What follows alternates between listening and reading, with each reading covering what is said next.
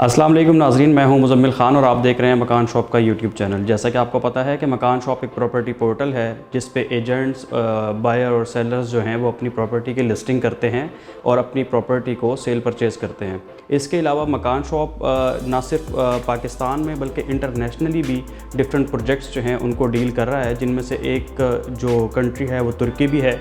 और तुर्की में मकान शॉप जो है वो डिफरेंट प्रोजेक्ट्स को डील कर रहा है। और तुर्की के हवाले से आज आप सब तक इन्फॉर्मेशन पहुंचाने के लिए हमारी मकान शॉप में ही हमारी टीम मेंबर भी हैं, हमारे साथ काम कर रही हैं, कलीग हैं हमारी, जो कि गाहे बगाहे तुर्की के हवाले से, इन्वेस्टमेंट के हवाले से आप तक जो है वो वीडियोस बना के पहुंचाती रहती हैं। तो आज मैं आप लोगों के लिए ज़रा इनसे बात करूंगा ताकि डिटेल में कुछ सवालात भी करेंगे, ताकि ये डिटेल में आपको तुर्की में इन्वेस्टमेंट के फ़वाइद वगैरह जो हैं वो आपको सही तरह से बता सकें।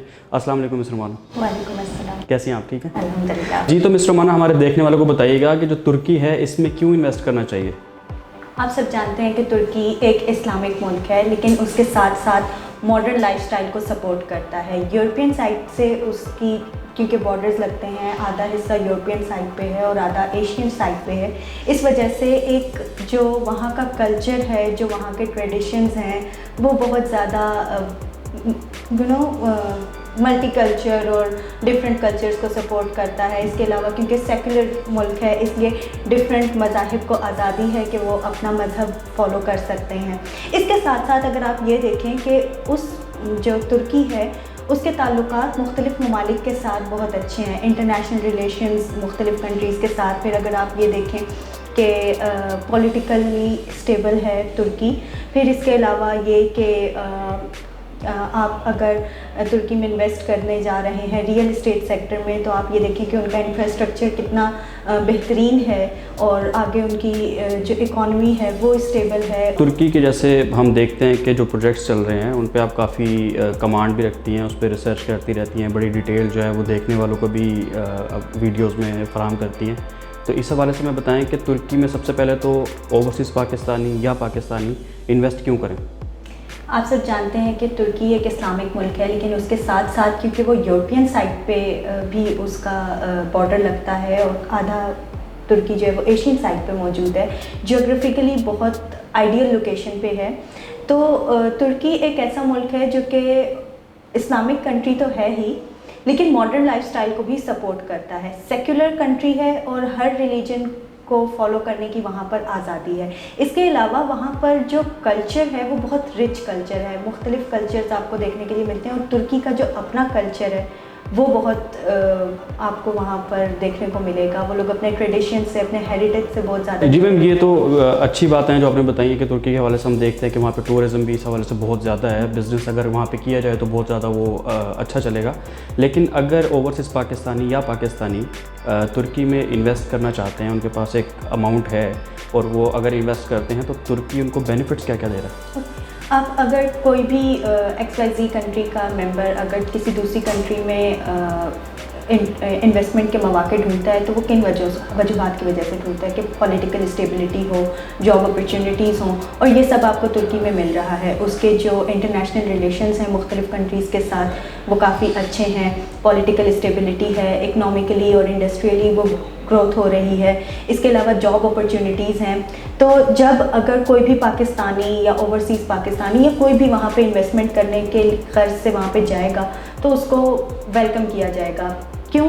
क्योंकि वहाँ की जो गवर्नमेंट है वो फॉरेनर्स के लिए काफ़ी फ्लेक्सिबल है, उन्होंने काफ़ी फ्लेक्सिबल रूल्स रखे हुए हैं। उसके साथ साथ अगर आप ये देखें कि पहले वहाँ पे इन्वेस्टमेंट के ज़रिए सिटीज़नशिप हासिल करने की जो शर्त थी वो थी $10 लाख आपको इन्वेस्ट करने पड़ेंगे। अब वो कम करके सिर्फ $2,50,000 कर दी गई है।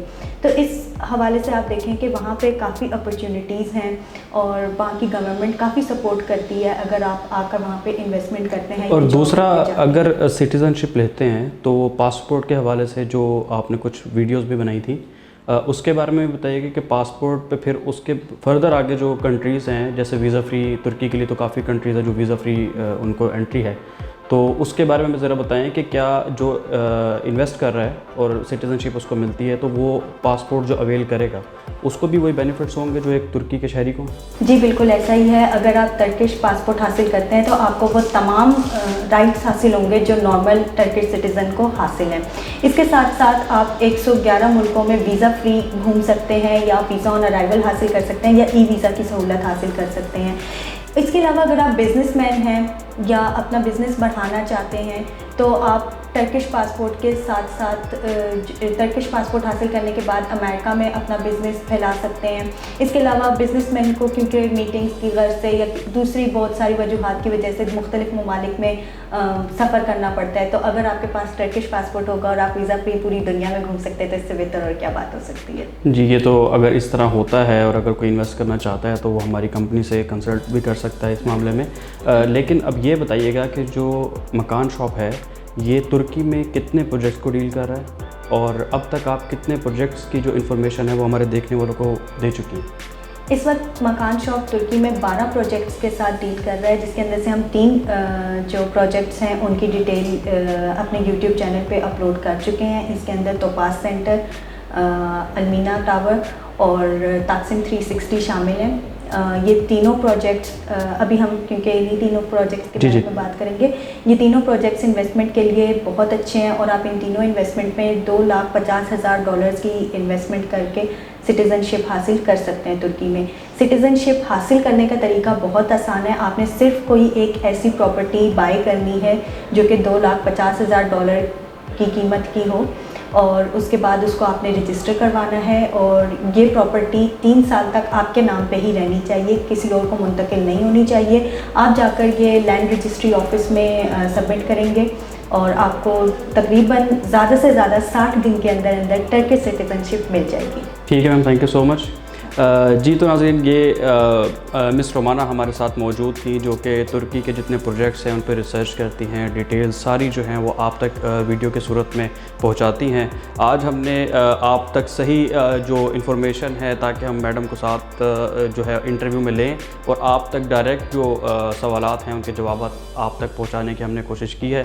तो नेक्स्ट वीडियोज़ में इंशाल्लाह हम मैडम के साथ कुछ सेशंस रखेंगे जिसमें वो तुर्की के प्रोजेक्ट्स को डील कर रही हैं और डिफरेंट वो देख रहे हैं, सारे अपॉर्चुनिटीज़ वगैरह के बारे में आपको बताएंगी। तो मज़ीद इस तरह की वीडियोस के लिए हमारे चैनल को सब्सक्राइब कीजिएगा। इसके अलावा अगर आप इंटरनेशनली या नेशनल लेवल पे कहीं पे इन्वेस्ट करना चाहते हैं तो आप हमारे से कंसल्टेंसी ले सकते हैं, हमारे दिए गए नंबर पर रब्ता कर सकते हैं या हमारे इस ऑफ़िस में विज़िट कर सकते हैं जिसका एड्रेस आप नीचे देख रहे हैं। मुझे दीजिए इजाज़त, खुदा हाफ़िज़।